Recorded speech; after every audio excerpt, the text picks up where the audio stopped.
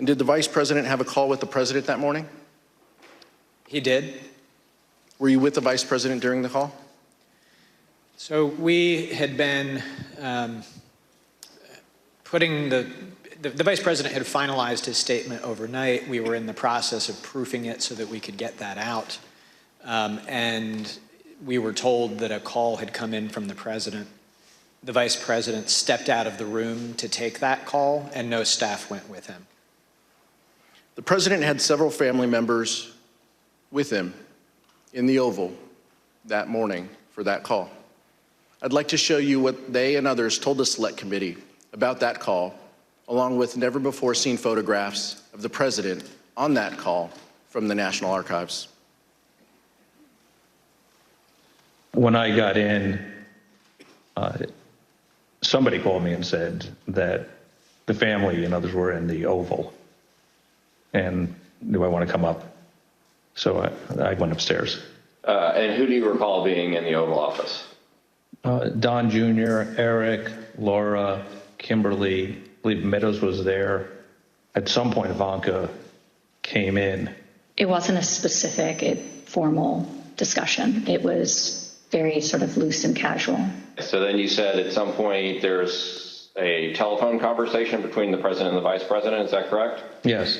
When I entered the office the second time, he was on the telephone with who I later found out to be was the Vice President. Could you hear the Vice President or only hear the President's end? Only heard the President's end. But at some point, it started off as a calmer tone and everything, and then became heated. The conversation was pretty heated. I think till it became somewhat, louder tone. I don't think anyone was paying attention to it initially. Did you hear any part of the phone call, even if just the end that the President was speaking from? I did, yes. All right, and what did you hear? So as I was dropping off the note, my memory, I remember hearing the word wimp. Either he called him a wimp. I don't remember if he said, "You are a wimp, you'll be a wimp." Wimp is the word I remember. It's also been reported that the President said to the Vice President that something to the effect of, "You don't have the courage to make a hard decision." Worse, I don't remember exactly either, but something like that, yeah. You're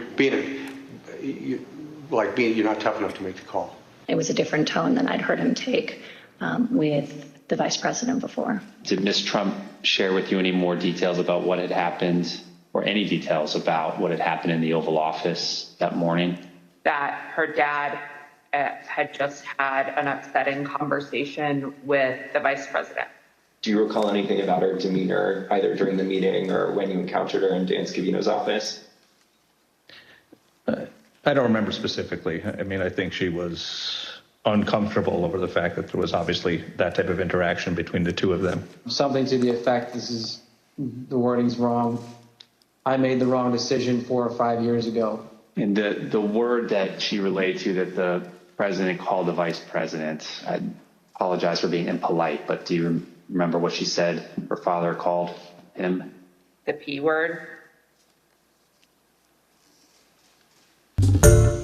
Hi everyone, George Stephanopoulos here. Thanks for checking out the ABC News YouTube channel. If you'd like to get more videos, show highlights, and watch live event coverage, click on the right over here to subscribe to our channel, and don't forget to download the ABC News app for breaking news alerts. Thanks for watching.